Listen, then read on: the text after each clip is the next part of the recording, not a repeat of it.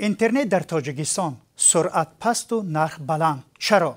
خدمات علاقه تاجیکستان میگوید مسئله پیش از همه از مفقه جغرافی کشور وابستگی دارد که کوهستانی و دور از زربونیادهای اصلی ارتباط اینترنتی است. کارشناسان میگویند مفقه جغرافی تاجیکستان بهانه است، مشکل در مدیریت و دستdarozii مقامات است که نمیگذارند شرکت ها به خاص خویش به مشتریان خدمات مناسب اینترنتی پیشکش کنند.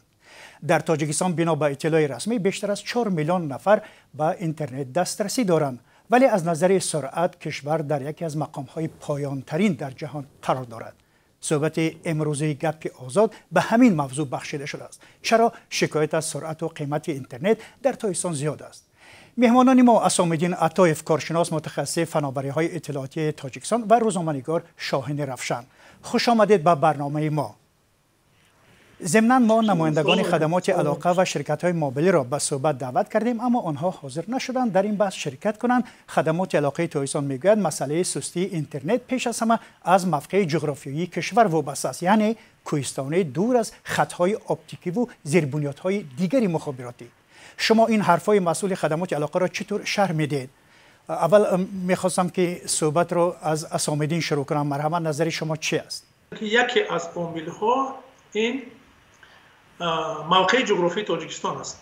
در برابر این همزمان میخواهم شرط دهم دیگر عامل هایی که در پس و نظر رسند در برابر موقع جغرافی تاجیکستان که با گرانی نرخ اینترنت، دسترسی به اینترنت و پس بودن سرعت اینترنت آوردن، این در حاشیه یا ساحل اینترنت قرار داشتن کشور و جالب نبودن بازار وطنی تکنولوژی اطلاعاتی کمیونیکاسیونی به سرمایه گذاران وطنی و خارجی اگر ضرور باشد دلیل خود دارم، ضعیف بودن رقابت پذیری بازار وطنی هم در داخل و هم بیرون از کشور، نبودن شبکه یگانه مبادله داده ها بین اپراتوران علاقه موبیلی در کشور، تنها علاقه موبیلی را در نظر دارم، گران بودن اندازهای مستقیم و غیر مستقیم ساحه تلکومونیکاسیون، نگاه داشتن موقع دستنگری یا استفاده برنده اشدی بودن جامعه ما که از عصر آنالوگی میراث مانده است و کوشش ها به خرج شدن تا که ما از این موقع بیرون نرویم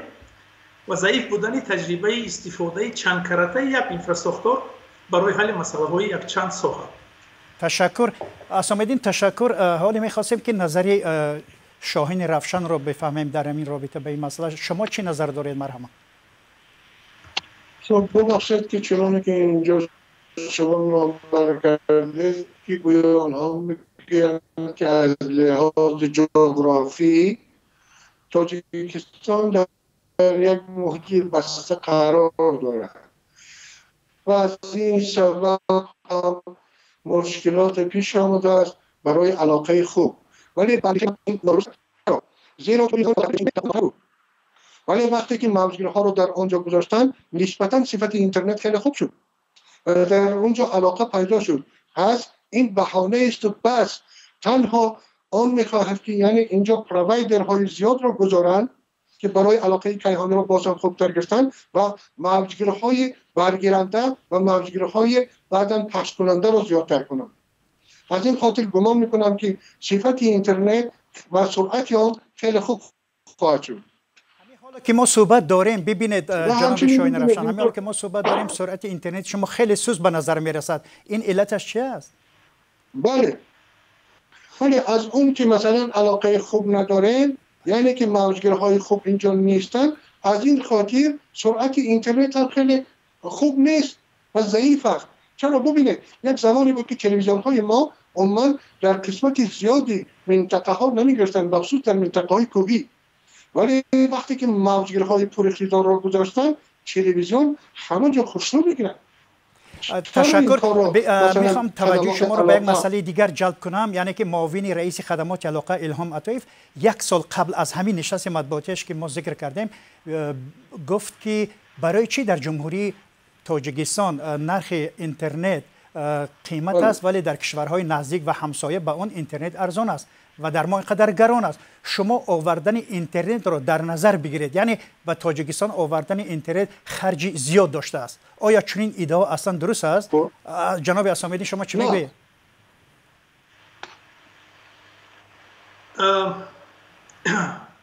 من که به این سوال جواب گفتم، لیکن باز دوام میدهم.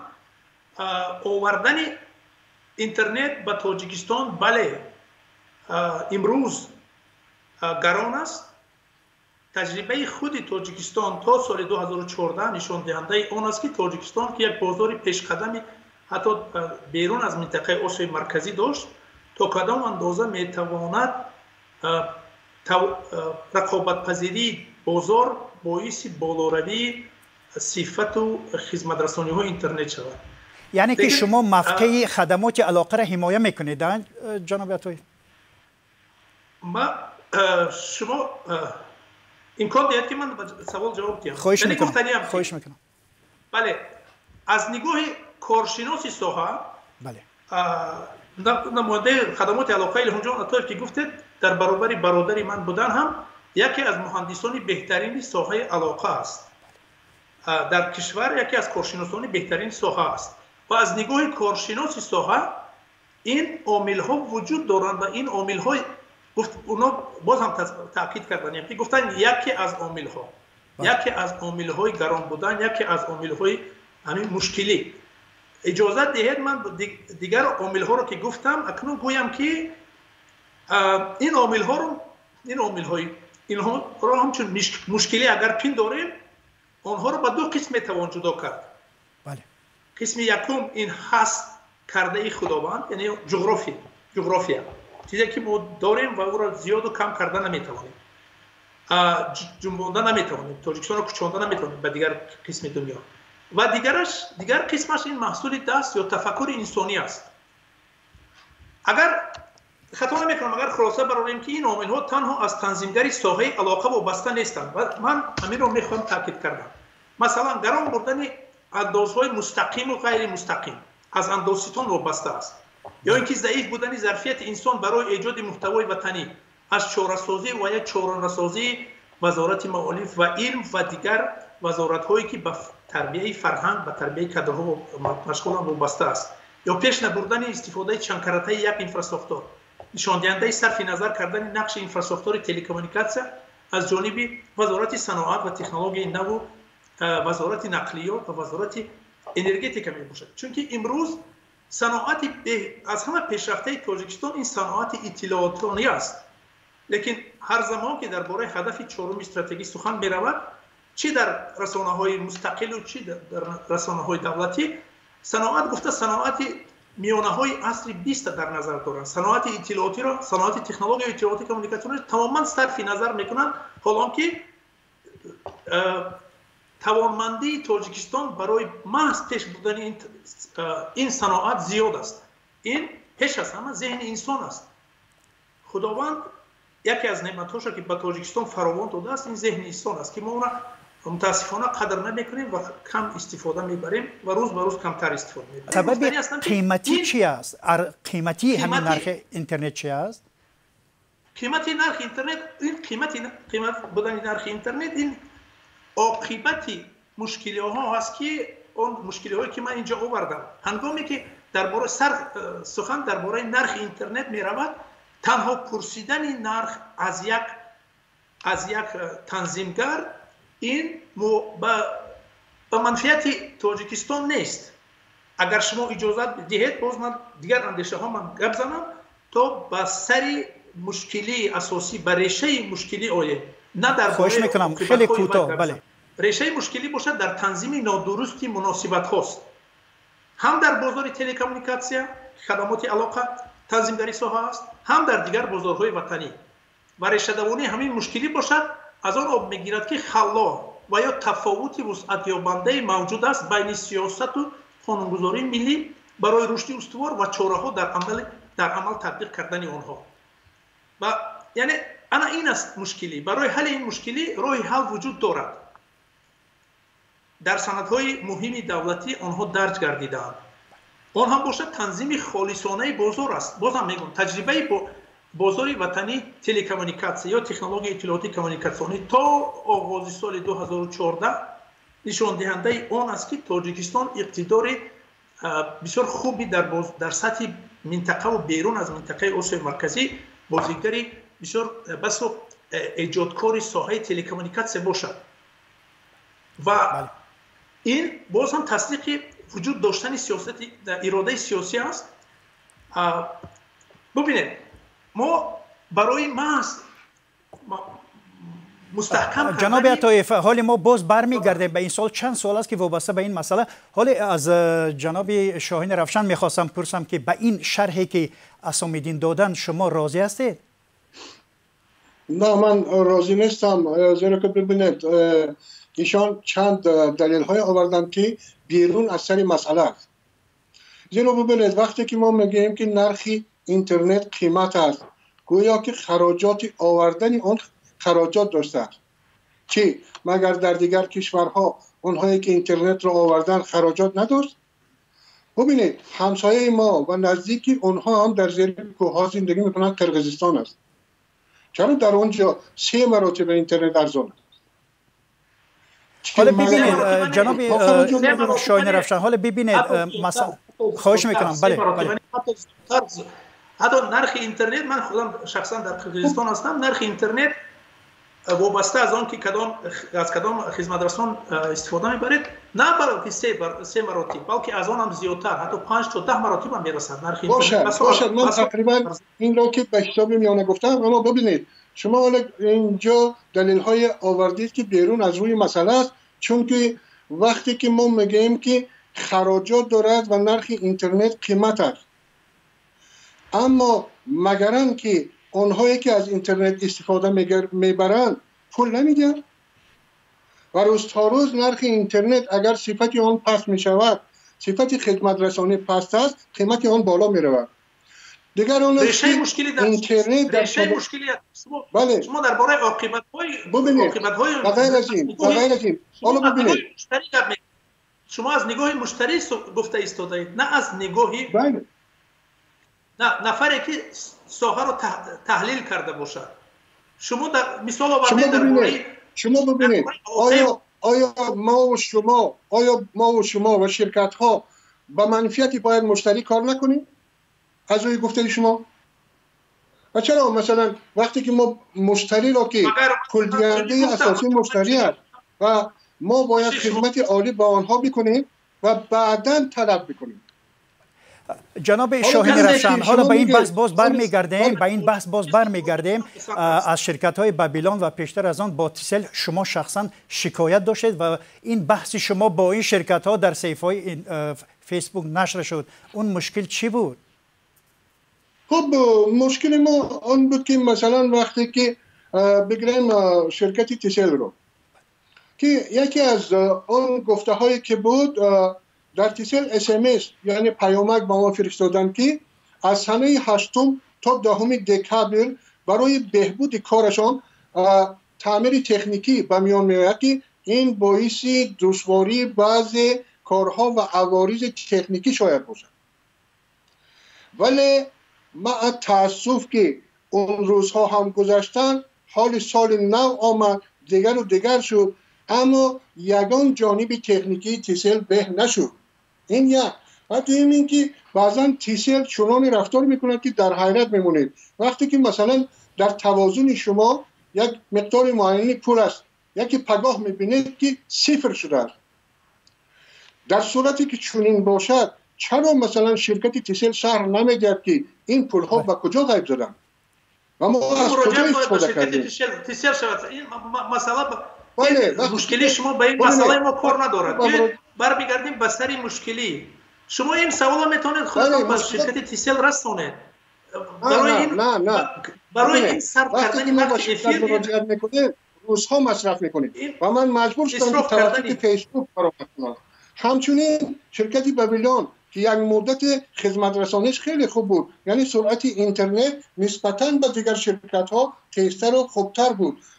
جناب شاهین رفشن، حالا بیاید یک لحظه به اسامیدین دقت کنیم که جناب عطایف در رابطه به این حرفای شما چی میگویند. خواهش میکنم. گفتم که اینا همه این عاقبت ها است. یکی از ریشه های همین مشکلی این ضعیف بودن رقابت پذیری بازار وطنی هست. بازار وطنی تلکمونیکاسیونی اگر شما اهمیت داده باشید، من گفتم که تا سال 2014 عصر 21 تا همین سال 2014 در تاجیکستان صاحب استقلال بازار تلکمونیکاسیونی تاجیکستان یکی از بهترین ها بود، هم در منطقه هم بیرون از آن. تا سال 2014 بازار بهترین پر رقابت بود، ولی کی سببگار این کار شد که این رقابت دیگه از بین رفت؟ این شما چی میگوید؟ تحقیقات شما چی را نشان دادن؟ بله، رقابت از بین رفتن رقابت اگر شما اهمیت داده باشید، گفتم که یکی از مشکلی هایی که امروز در جامعه ما روبرو گشته ایم و متاسفانه وسعت می یابد، این خلا یا تفاوت یا برای فهمش شدن به مردم بیشتری مردمی ما разрыв. Существует разрыв, یعنی تفاوت بین سیاست و قانونگذاری ملی و تطبیق اون هدفهای سیاسی و قانون در عمل می باشد. یعنی ما داریم، مثالش باز میارم، ما داریم تجربه بازار وطنی خیلی یک طرف است. با عضویت سازمان جهانی سودا نائل گشتن تاجیکستان 2 مارس سال 2013 ما رسما وارد گشتیم. این پیش از همه دعوای آن است که تاجیکستان میخواهد یکی از کشورهای باشد که مونوپول یگان خدمت رسانی در او وجود ندارد، از جمله ساحه تلکمونیکاسیون. و برای مطابق کردن مناسبت‌های اقتصادی در تاجیکستان قرار مخصوص حکومت جمهوری تاجیکستان رقم 691 از 31 اکتبر سال 2014 قبول گردید که موافق این قرار باید حکومت جمهوری تاجیکستان برای اجرای عهده‌داری‌های خود در همچون عضو سازمان جهانی سودا تنظیمگر مستقل ساحه تلکمونیکاسیون تأسیس میداد در سال 2000 بعد از این تا سال 2014 15 و تا به امروز اگر تنظیمگری خالص در بازار پیدا شود، در تنظیم مناسبت های بازار پیدا شود، در اون صورت همه این عاقبت ها، همه این مسئله ها حل خود را می‌یابد. تشکر جناب عطایف. ما واقعا به این مسئله برمیگردیم، ولی حالا بیایید در رابطه با مسئله خدمات اینترنت در تاجیکستان ما با چند راهگذری در دوشنبه، یعنی همکارای ما در دوشنبه صحبت کردن و پرسیدن که آیا از سرعت اینترنت در تاجیکستان راضی هستن یا نه. حالا آن را ببینیم، با صحبت رو ادامه میدیم. مرحبا. چیزی که خدمت رسانی اینترنت در تاجیکستان واسه با نرخ چه خیلی میگیری. اگر اینترنت خوب بفورد 300-350 سوم بالا میسته. اگر تو مثال 50 سوم در 40 سوم در اینترنت بگیری، مثلا تیام کار کن نمیتونی. اون مگابایت بود چی دیگه درشی سس میشه و اینترنت کار نمیکنه. اینترنت رو سیگاب در تاجیکستان هم نرخش قیمت های هم سکورسش سستای.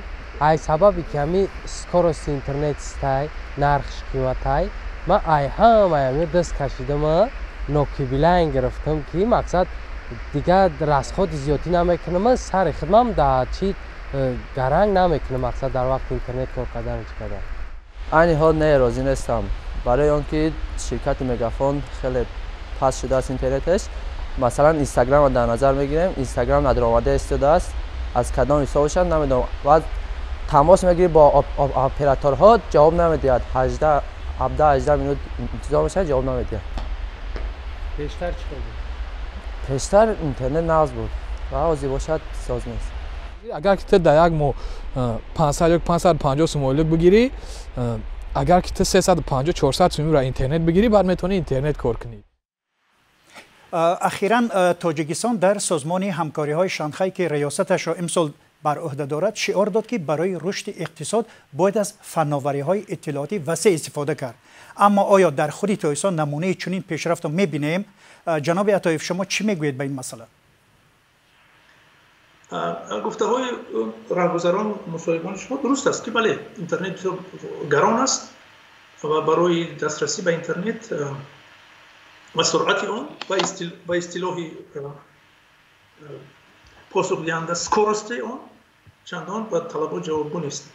اون 4 هدف استراتژیکی که از پیام تا پیام ما را فراموش میکنیم و تنها در پیام پرزیدنت به مجلس олии ҷумҳурии тоҷикистон ба хотир меорем, ҳар чори ҳамон ҳадафҳои олие ҳастанд ки барои рушди тоҷикистон имкониятҳои зиёде фароҳам оварда метавонанд агар мо технологияҳои иттилоотӣ коммуникатсионии фаровон истифода барем, ҳатто дар ҳамин шароити басо танге ки тоҷикистон имрӯз дорад.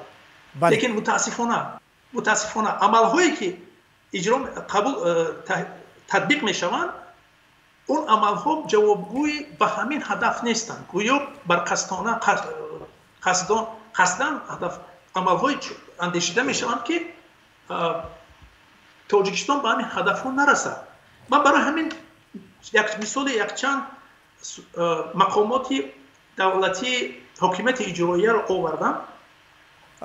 جناب عطایف، حالا ما باز برمیگردیم به این مسئله. همین نکته هایی که جناب شاهین رفشان، همین نکته هایی که عطایف گفتند که اجرا نمیشوند یا که همین چیزها را اگر تویسان بر اجرا کند خیلی پیش میرود، نظر شما چی است؟